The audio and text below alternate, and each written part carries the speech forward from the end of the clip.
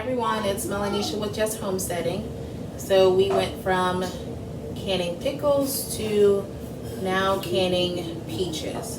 I'm doing it in the same day, but I'm doing the videos separately so that way it's not as long as my last canning video. And then also, you know, if you don't want to learn how to can pickles or peaches, you don't have to sit through the process for both.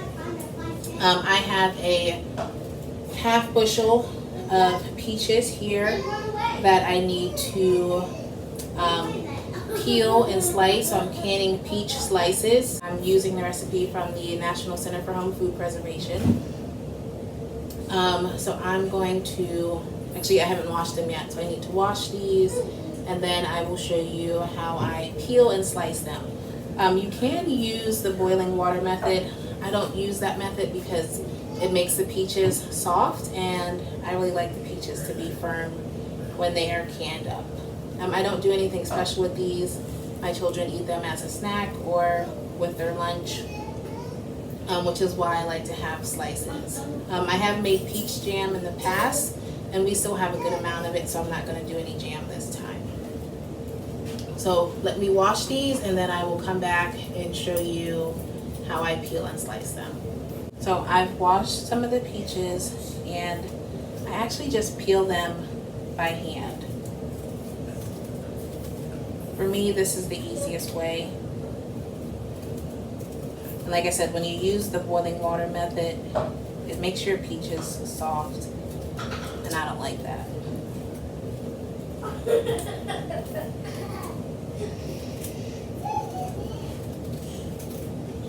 So yeah, so just peel them like you would an apple.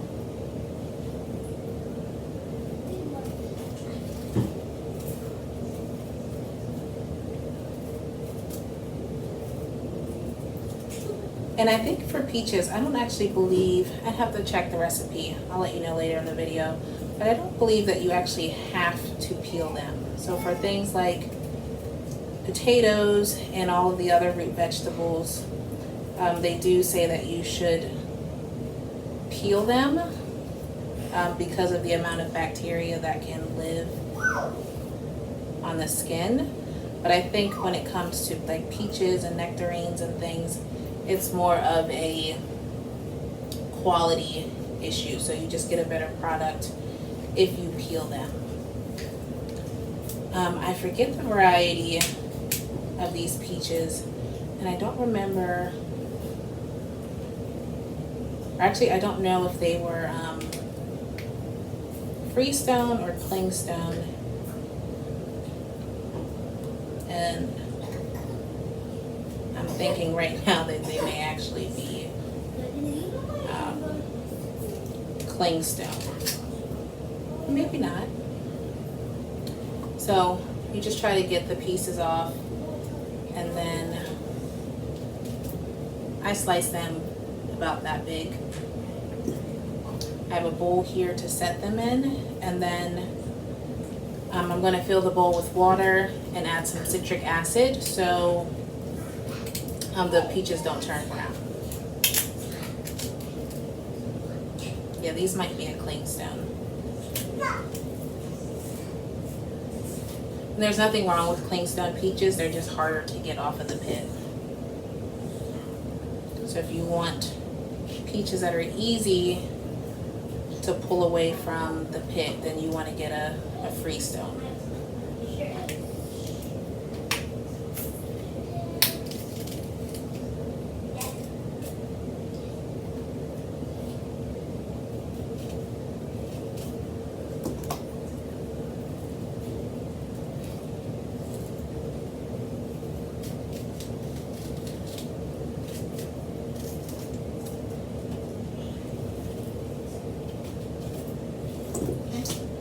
And this is what I got from one peach. So I'm going to keep peeling these, and then I will be back to show you what I ended up with. All right, so these were definitely clingstone peaches. It took a lot longer than I expected to slice the peaches, to peel the peaches, and to get them off the pit. But I ended up with a full bowl, which I think will end up being a canner load or less. So the next step now is to make a batch of simple syrup. So again, they always recommend that you can your fruits in simple syrup so that way the flavor and the sweetness doesn't leach out into the water. So I'm going to use a combination of white sugar and brown sugar, and just simply because I used the majority of my white sugar for my pickles and kind of forgot in between, and it's already close to 9 o'clock and I don't feel like running to the store to get more white sugar. When canning, sugar, like white sugar and brown sugar, is interchangeable. I'm not sure if that goes the same for like sweeteners like stevia and stuff like that, so that's something you should research before using. So I'm gonna I have my pot. I don't have my pot on the stove, but I just washed it. So I'm gonna get my simple syrup on and grab the rest of my supplies and then get these into the canner. My jars are hot, my simple syrup is ready, and I'm gonna grab a spoon. So then you just put your peaches in the jar, then add your syrup to a 1/2 inch headspace, debubble, put your lid and ring on, and then return your jar to the canner. So I'm hoping to get a full canner load, but I don't know that I will. I wasn't able to use some of the peaches, and then obviously my kids ate some of the peaches fresh. So here's an example of a peach that I didn't use. It's just way too soft for slices, but it would be perfect for jam.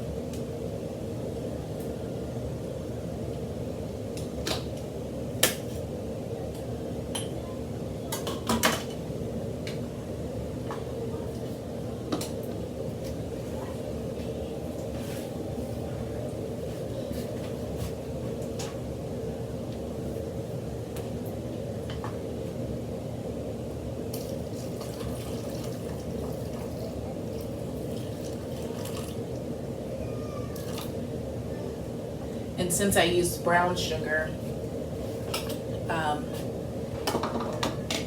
my syrup has a brown color to it.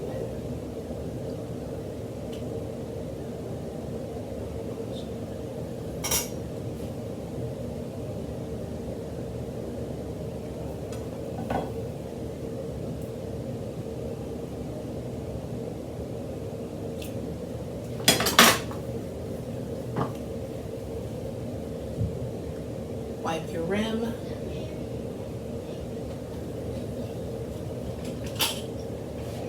Lid. And then put your ring on to fingertip tight. And I don't usually fill more than 2 jars at a time because I don't want my jars to cool down. If your jars get too cool and then you add the hot liquid, you risk thermal shock and your jar can break, and then you will lose the food that you are attempting to preserve. And for peaches, you can do hot pack or raw pack. I do raw pack just simply because it's easier for me, and my children have never complained about the finished product. So I was on Instagram and I saw a few posts about the I think it's Every Bit Counts challenge. Is anyone doing that challenge? I was thinking about it. I mean, it started August 1st.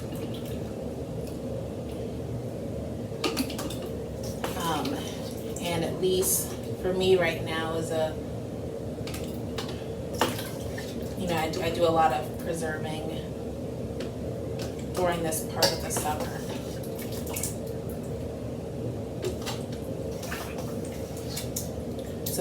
essentially, from what I could tell from the post, is that the goal is to preserve something every single day for the month of August. And it can be by canning, dehydrating, freezing. There really was no limitations to what preservation method you could use. So let me know in the comments if you are doing the Every Bit Counts challenge. Okay, so my canner is full. I have 7 quart jars in here, so I'm going to put the lid on and get the canner up to temperature. I have about maybe a quart and a pint jar left in my bowl, so I don't know if I'm actually going to can those or just let my children eat them. It'll likely depend on how late I'm up with this batch. So for hot pack and quarts, I'm sorry, not hot pack, raw pack and quarts, based on my altitude, I need to leave these in the pressure canner for 35 minutes. And then as always, I go through the same process of, turning the stove off once the time is done, once my timer goes off. And then I leave the lid on for 5 minutes, take the lid off, let it sit for another 5 minutes. And again, this is just so the jars can acclimate to the temperature change and the temperature doesn't change too fast and they start to siphon. Because if the liquid level in your jars gets too low, then they are no longer considered shelf stable. And we don't want that after going through all of this work of peeling and cutting these peaches. So I am going to clean up some of this mess and wait for my canner to heat up. And then once they're done, I will show you what the final product looks like. All right, so the peaches are all done. So when you do raw pack, you get a lot more air in your jar, which is why my peaches are floating. I ended up with 7 quarts and I put 1.5 quarts in the fridge. I may can them tomorrow or I may just let my children eat them. I haven't decided yet. Yeah, this is it for the night. I think it's close to 10 o'clock, so I am ready for bed. Here's a quick look at all 7 jars. So you can see the peaches are floating. They will eventually settle. Yep, so the apples and the rest of the cucumbers will have to wait until another day. So as always, thank you for watching, and I'll see you in the next video.